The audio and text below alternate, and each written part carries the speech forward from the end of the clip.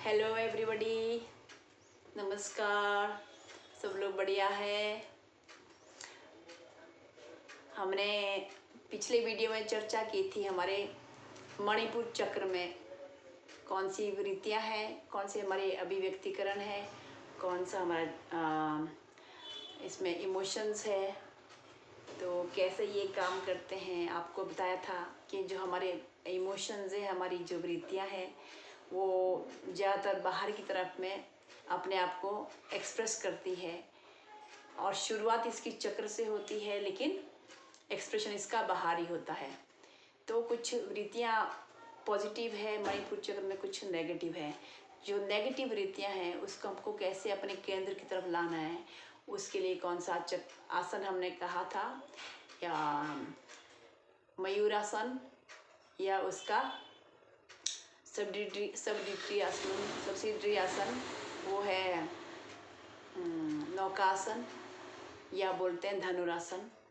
तो उसी तरह से इसके नीचे हमारा जो ग्रंथि है उसका नाम है पेनक्रियाज। और पेनक्रियाज का काम होता है इंसुलिन को रिलीज़ करता है पेनक्रियाज। तो कभी कभी हम लोग जब ज़्यादा भोजन के द्वारा जो ज़्यादा टॉक्सिन बनता है या एसिड बनता है, तो उसके कारण बहुत प्रॉब्लम आती है। तो उसको सेपरेट करने का काम जो लीवर है, लीवर के अंदर में जो बाइल्स है, बाइल्स टॉक्सिन को रिलीज़ करता है।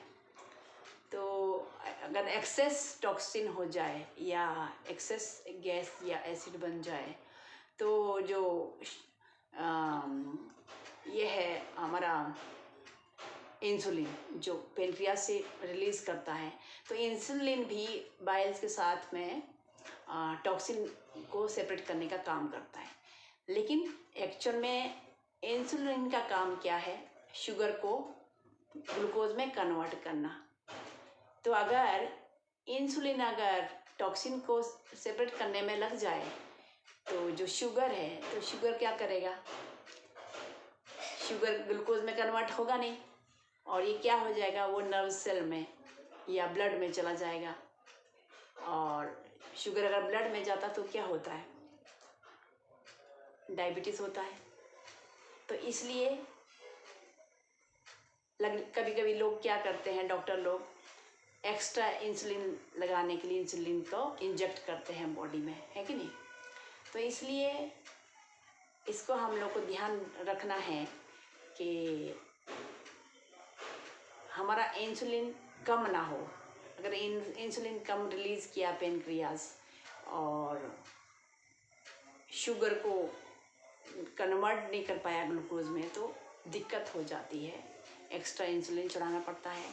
तो इसके लिए श्री श्री आनंद मूर्ति जी ने, आनंद मार्ग के जो गुरु हैं, उन्होंने गोमुख आसन दिया है, ताकि वो जो इंसुलिन का प्रोडक्शन ज़्यादा करता है और गैस एसिड टॉक्सिन को भी निकाल देता है।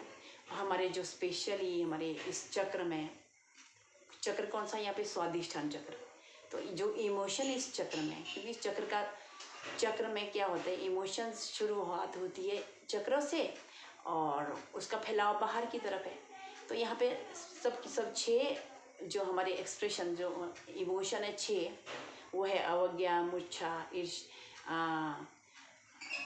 सर्वनाश, क्रूरता। तो ये जो इमोशंस है, ये सब नेगेटिव इमोशंस है, ये बाहर की तरफ। तो इसको बाहर की तरफ ना जाए, तो गोमुख आसन इसको भी अंदर की तरफ वापस अपने घर में ले जाता है। जैसे कि कभी कभी अगर हम आपके घर जाना चाहते हैं, लेकिन आप हमारे लिए अपना घर का दरवाज़ा बंद कर लोगे, एंटरटेन नहीं करोगे, तो हमें क्या करना पड़ेगा? अपने घर में आना। ऐसी वृत्तियों को एंटरटेन कौन करता है? मन। तो बाहर की तरफ कहाँ पे? बाहर की सोसाइटी में। तो अगर ये सब नेगेटिव वृत्तियाँ अगर सोसाइटी में as well as in individual life also, तो दोनों की लाइफ के लिए बहुत हानिकारक है। तो इसको बाहर की तरफ ना जाए, गोमुख आसन इसको हम लोग के इस चक्र में वापस अपने केंद्र की तरफ ला लेता है। इसलिए इमोशन को भी नियंत्रण में रखता है ये आसन, और हमारा पेनक्रियाज को भी स्ट्रॉन्ग बनाता है। जो इंसुलिन है उसको भी इंसुलिन का भी प्रोडक्शन करता है। तो इसलिए ये गोमुख आसन बहुत ही ज़रूरी है इस चक्र, इस ग्रंथि को स्ट्रॉन्ग करने के लिए। तो आप लोग थोड़ा सा देखिए कैसे उसको गोमुख आसन को करते हैं। सबसे पहले ध्यान देना है कि जो हमारा राइट लेग है, राइट लेग में क्या करना है, राइट लेग में पीछे मोड़ना है और लेफ्ट बुटोक के नीचे रखना है हमारे राइट लेग को, और एड़ी को स्वादिष्ठान चक्र में सटा लेना है। और फिर जो लेफ्ट हैंड है, लेफ्ट हैंड को भी पीछे बैक साइड में लेके राइट हैंड को ऊपर से लेके इसको चेन की तरह बनाना है। ठीक है, इतनी बार 30 सेकेंड तक रोकना है, यहाँ पे श्वास लेना छोड़ना है। और फिर इसी तरह से लेफ्ट साइड में भी ऐसे ही करना है। लेफ्ट पैर राइट बुटोक के नीचे रखना है और एड़ी को स्वादिष्ठान चक्र में, और लेफ्ट हैंड को ऊपर से नीचे और राइट हाथ को पीछे से, तो एकदम से चेन की तरह करना है ऐसे। और माइंड को कहाँ रखना है, अपने चक्र में कंसंट्रेट करना है। ठीक है, तो ये देखिए, तो बारी बारी से एक दोनों को एक बार करना है। तो एक चक्र होगा ऐसे 4 बार करना है। एक बार राइट पैर को लेफ्ट पैर के नीचे और राइट हैंड को ऊपर और लेफ्ट हैंड को पीछे से, और फिर बदल के दूसरी साइड सेम करना है। तो ऐसे एक बार, तो ऐसे 4 ट्रिप करने हैं। और ये ध्यान रखना होगा कि माइंड को चक्र पे रखना होगा ताकि हमारे जो इमोशंस है बाहर की तरफ ना जाए। कलेक्टिव लाइफ के लिए भी हानिकारक है और इंडिविजुअल लाइफ के लिए भी हानिकारक है। तो ये सब ध्यान देना है, और ये बहुत ज़रूरी है गोमुखासन अपने इस चक्र को स्ट्रॉन्ग करने के लिए। फिर मिलते हैं दूसरे वीडियो में।